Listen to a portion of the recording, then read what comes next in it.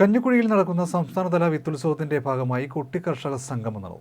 ഞാനീ പറയുന്ന കമ്പനികൾ തീരുമാനിക്കുന്ന വിത്ത് വാങ്ങി കൃഷി വേണ്ടി വരുന്ന ഒരു അവസ്ഥയിലാണ്. കൃഷി നഷ്ടമാണ് എന്ന് പലയിടങ്ങളും പറയാറുണ്ടെങ്കിലും ഇവിടെ സ്വാതന്ത്ര്യസമരത്തിൽ പറഞ്ഞതുപോലെ സന്തോഷമില്ലാതെ വലിയ മുൻകൈയെടുക്കുന്ന ആളുകളാണ്. കഞ്ഞിക്കുഴി എപ്പോഴും തലയുയർത്തി നോക്കിയാണ്.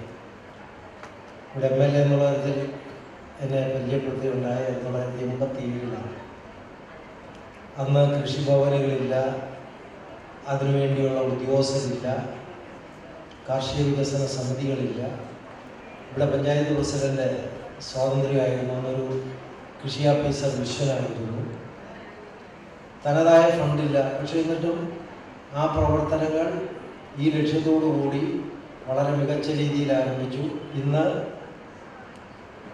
കേരളത്തിലും നമ്മുടെ രാജ്യത്തുമെല്ലാം കഞ്ഞിക്കുഴി എന്ന പേര് കേട്ടാൽ ആദ്യം കൃഷിയാണ് എല്ലാവരും ഉള്ളിൽ വരുന്നത്.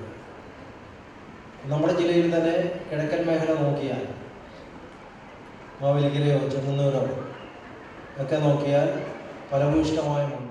കഞ്ഞിക്കുഴി PP സ്വാതന്ത്ര്യം സ്മാരക കമ്മ്യൂണിറ്റി ഹാളിൽ നടന്ന കുട്ടി കർഷക സംഗമം മുൻ MP TJ ആഞ്ചലോസ് ഉദ്ഘാടനം ചെയ്തു. കുട്ടി കർഷക S പാർവതി അധ്യക്ഷത വഹിച്ചു. കേരള സംസ്ഥാന ബാലാവകാശ കമ്മീഷൻ അംഗം അഡ്വക്കേറ്റ് ജലജ ചന്ദ്രൻ മുഖ്യപ്രഭാഷണം നടത്തി. NCC പോലെ, സ്കൗട്ട്സും ഗൈഡ്സും പോലെ, നാഷണൽ സർവീസ് സ്കീം പോലെ, സ്റ്റുഡൻസ് പോലീസ് കേഡറ്റ് പോലെ ഒരു അഗ്രി കേഡറ്റ് കോർപ്സ് ACC രൂപീകരിക്കണം എന്നാണ് സംസ്ഥാന കൃഷി വകുപ്പ് നിർദ്ദേശിച്ചിരിക്കുന്നത്.